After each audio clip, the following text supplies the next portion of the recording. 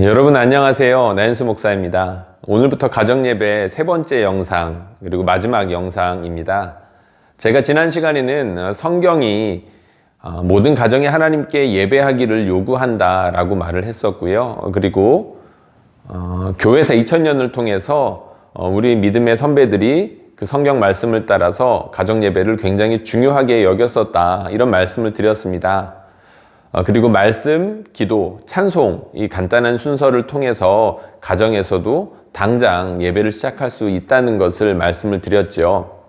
오늘은 상황별로 여러 가지 가정 예배를 드리는 데 있어서 어려움이 있을 수 있는데 몇 가지 예들을 들어가면서 이런 상황에도 우리가 가정 예배를 드릴 수 있다는 것을 함께 나눠보도록 하겠습니다. 여러 가지 핑계거리들이 있을 수 있습니다. 가정 예배를 드리는데 걸림돌이 많다는 거죠.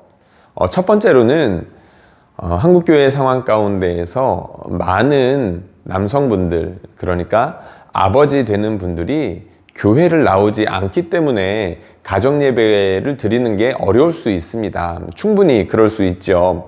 그럴 땐 어떻게 해야 될까요? 먼저는 물어봤으면 좋겠습니다. 물어보면 의외로 흔쾌히 승낙하는 경우들이 있다는 거죠.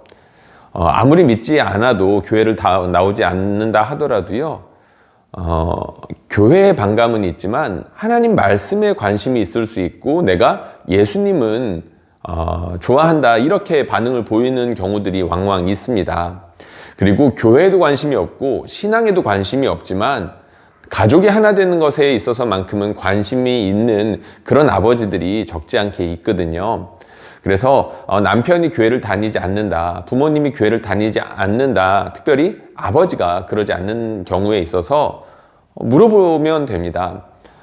우리가 함께 가족에서 이렇게 예배를 드리면서 시간을 보내고 싶은데 같이 함께 하면 좋겠다, 이렇게 말이죠. 이렇게 권하더라도 혹시 거절할 수가 있겠죠. 그럴 땐 어떻게 해야 될까요?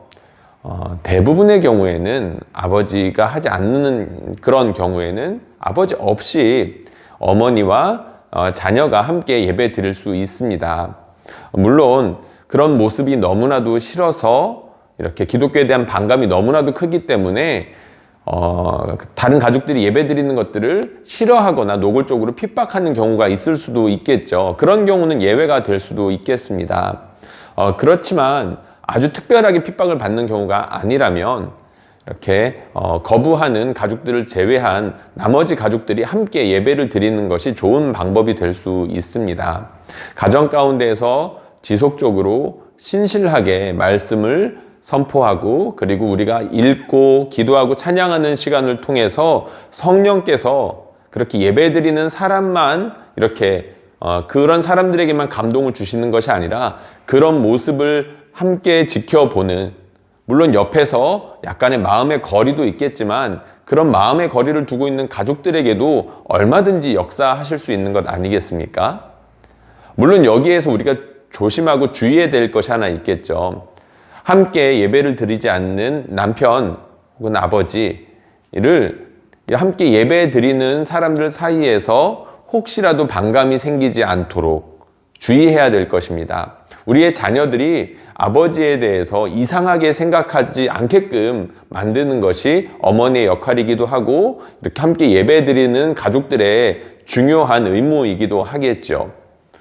그 가족 가운데 하나님이 높임을 받으셔야 되고 최고로 영광 받으시기 위해서 예배를 드리는 건데, 예배를 드리는 것 때문에 오히려 가족이 분열되고 그리고 싸움이 일어난다고 한다면 하나님의 마음이 참 아플 것 같습니다.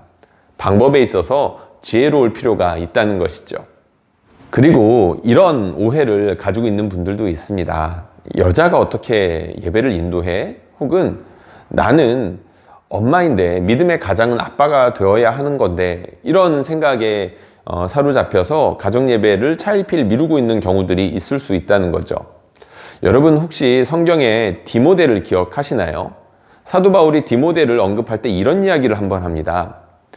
외조모 로이스와 어머니 유니게로부터 거짓 없는 신앙을 물려받았다, 이런 이야기를 하죠. 어머니와 외할머니에게 굉장히 긍정적인 영향을 받았던 겁니다. 아버지에 대한 이야기가 왜 없는지는 정확히 알 수는 없으나 디모데를 그렇게 신앙으로 키운 것은 어머니와 외할머니였다는 거죠. 여러분도 그럴 수 있다는 겁니다. 그리고 실제로 이미 많은 어머니들이 그리고 많은 아내가 믿음의 가장 역할을 아주 훌륭하게 해내고 있죠. 여러분들 여자라고 해서요, 가정 예배를 혹시라도 미루고 있었다라고 한다면요, 당장이라도 시작하십시오. 성령께서는 남자에게만 역사하시는 분이 결코 아니시지 않겠습니까? 제가 응원하고 격려하겠습니다. 그리고 가정 예배를 드리는데 자녀가 너무 어려서 시도하지 못하는 분들도 있습니다. 그런데요, 용기를 가지고 바로 시작해 보시는 것도 오히려 도움이 될 수 있습니다. 저희 자녀들만 하더라도요, 자녀가 셋이 있는데 예배를 드리자 하면 대번에 싫어요, 말씀 듣기 싫어요, 예배하기 싫어요 라는 반응을 보이기도 합니다. 그런데 놀랍게도요, 예배를 드리자라고 해서 같이 모이기 시작했을 때 큰아이, 둘째 아이, 셋째 아이가 말씀에 귀를 기울이는 모습들을 목격하곤 합니다. 그리고 작은 아이는 아직 말씀을 이렇게 온전히 받아들이기에는 아직은 어린 나이이긴 하지만요, 첫째나 둘째 아이가 그 말씀을 듣고 자기에게 하시는 하나님의 말씀이라는 것을 알고 있습니다. 깊이 생각하고 고민하더라는 거죠. 막내도 마찬가지입니다. 하나님께서 무엇이라고 말씀하시는지 그 정적인 분위기 가운데에서 참고 견디는 것은 힘들어하지만 그것을 온전히 다 이해할 수는 없지만 그럼에도 말씀의 현장, 예배드리는 현장에 대해서 우리가 하나님께 예배하는 것이구나 라는 감각 정도는 알고 있고요. 그리고 형들과 부모님이 어떻게 예배드리는지를 유심히 지켜보는 것을 볼 수가 있습니다. 다 보고 배운다는 거죠. 너무 어리다고 해가지고요, 아이들이 아무것도 모를 거라고 생각하지 마십시오. 15개월 아니면 돌 되는 아이들도 부모님이 무엇을 하고 있는지 유심히 보고 그것을 온몸으로 받아들이고 있다는 것들을 기억하셔야 됩니다. 어리면 어릴수록 아이들이 부모님이 하는 것들을 더욱더 유심히 바라본다는 것이죠. 그리고 세 번째, 제가 가정예배를 이야기할 때 혹은 교회에서 가정예배를 이야기할 때에는 대부분의 경우 자녀들이 있다는 것을 전제로 하고 말하는 경우가 많습니다. 그러다 보니 우리 집에는 자녀가 없는데 혹은 자녀들이 다 커서 다 이렇게 분가하고 나하고 이렇게 배우자밖에 없는데 그런 경우들이 있을 수 있습니다. 그런 경우에는 어떻게 할까요? 제가 이런 말씀 드릴 수 있습니다. 가정예배는 아이들을 교육하기 위해서 드리는 것이 아니라는 거죠. 물론 가정예배에는 아이들을 교육하는 측면이 있습니다만 그것은 두 번째 이유 혹은 세 번째 이유가 되는 겁니다. 가정에서 예배를 드리는 이유, 가정에서 찬양하고 기도하고 말씀이 선포되어야 하는 이유는 하나님께서 가정에서도 높임을 받으셔야 하기 때문입니다. 가정에서도 하나님이 왕이시고 가정에서도 하나님이 우리의 아버지가 되시고 창조주가 되신다는 사실들을 날마다 기억할 필요가 있다는 거죠. 하나님은 가정에서도 예배 받으시기에 합당하다는 겁니다. 우리는 바로 그것을 위해서 예배를 드리는 거죠. 그렇다면 자녀가 없을 때 이유가 되지 않겠죠. 자녀가 없다라고 해서 가정 예배를 드리지 않는 그건 이유가 될 수 없다는 겁니다. 부부끼리 얼마든지 더욱더 풍성한 예배를 드릴 수 있지 않겠습니까? 그리고 언급하지는 않았지만 사실상 많은 성도들이 가장 많이 되는 그런 이유, 가정 예배를 드리는 데 있어서 가장 걸림돌이 되는 이유가 하나 있습니다. 그것은 바로 바쁘다는 거죠. 교회에서도 예배를 드리는데 굳이 가정에서까지 예배를 드릴 시간이 없다는 겁니다. 여러분들 정말 그럴까요? 여러분들 가정에서 일주일에 한 번 혹은 이렇게 일주일에 한두 번 정도 시간을 내서 이렇게 하나님께 예배할 수 있는 시간이 없을까요? 전혀 그렇지 않습니다. 저희 가정도 가정 예배를 시작한 지 얼마 되지 않았지만 얼마든지 시간을 낼 수 있습니다. 아무리 바쁜 분이라 하더라도요, 하나님을 사랑하고 가족을 사랑하는 마음으로 얼마든지 시간을 낼 수 있다는 거죠. 결단하지 못해서이고, 그리고 매번 실패하더라도 다시 시작할 수 있다는 것들을 우리는 기억해야 되겠습니다. 우리가 밥을 먹는 것처럼, 그리고 예배 드리는 것을 주일 성수라는 개념으로 이렇게 열심히 지키는 것처럼 가정 예배도 우리가 정말로 우리가 최선을 다해서 지켜야 된다는 것들을 기억해 주셨으면 좋겠습니다. 영상을 마무리하기 전에 오늘부터 가정 예배를 드려야 하는 상황적인 그런 이유를 한두 가지 이야기해 보겠습니다. 우선은 주일학교 시스템이 갖고 있는 한계 때문입니다.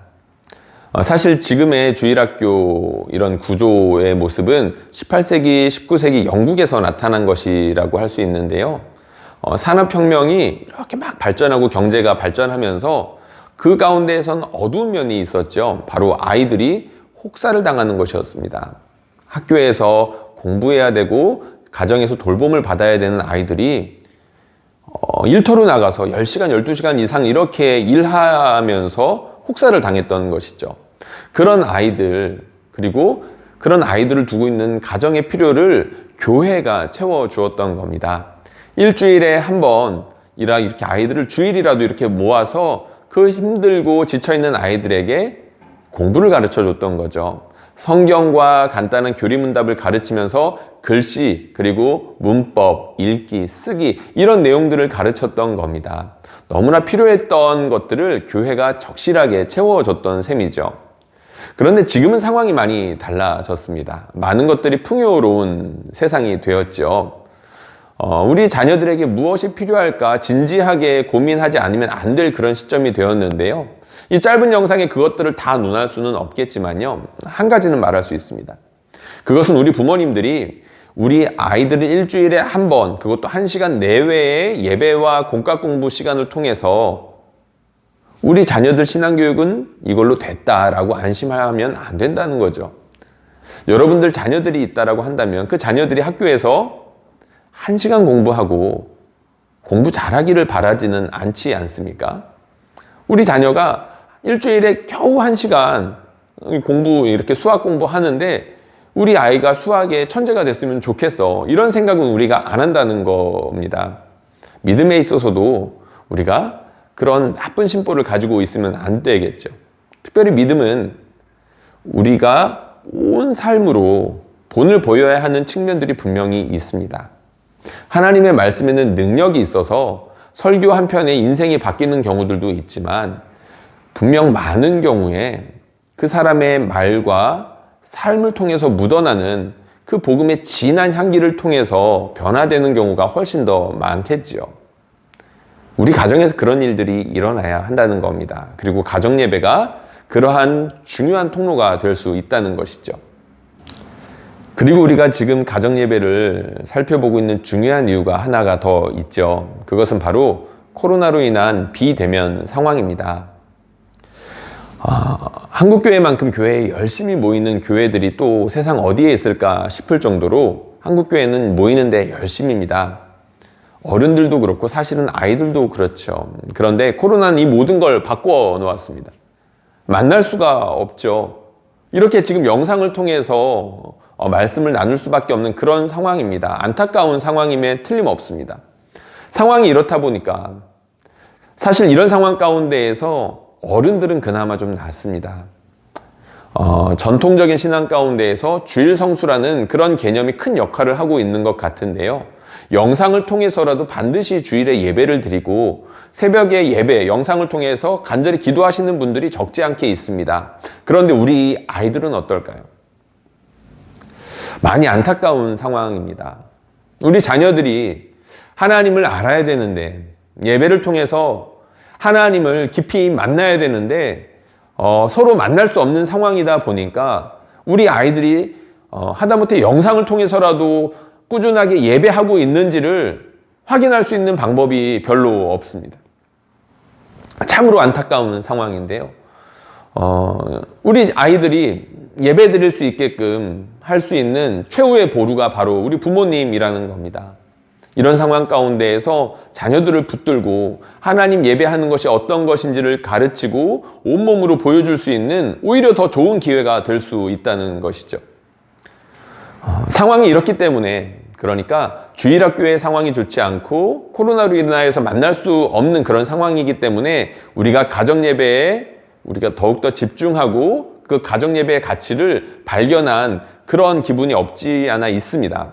그럼에도 불구하고 우리가 굉장히 감사해야 되는 것은요, 가정예배라는 보물을 이런 상황적인 이유 때문에 다시금 실천하고 돌아본다 하더라도요, 이런 시간을 통해서 오히려 더욱더 이 보물의 가치를 깊이 깨달을 수 있는 그런 기회를 갖게 되었다는 겁니다. 여러분들 바로 그런 기회를 놓치지 않았으면 좋겠습니다. 저희가 이 영상을 시작하고 교회 안에서도 가정예배를 이렇게 강조하기 시작한 지 사실 몇 개월 되지 않았는데요. 그러면서 가정예배를 시작했다가 다시금 실패한 분들이 분명히 있을 거예요. 다시 시작하셨으면 좋겠습니다. 새해가 되었죠. 다시금 결단할 수 있는 아주 좋은 기회 아니겠습니까? 오늘부터 가정예배 다시 시작했으면 좋겠습니다. 영상 시청하시느라 수고하셨고요. 다시 영상이나 다른 여러 가지 방법을 통해서 가정예배에 대해서 나눌 수 있는 그런 시간들을 갖기를 소원합니다. 여러분들 평안하시고요. 여러분들 가정 가운데에서 가정예배가 정착되기를 간절히 소망합니다.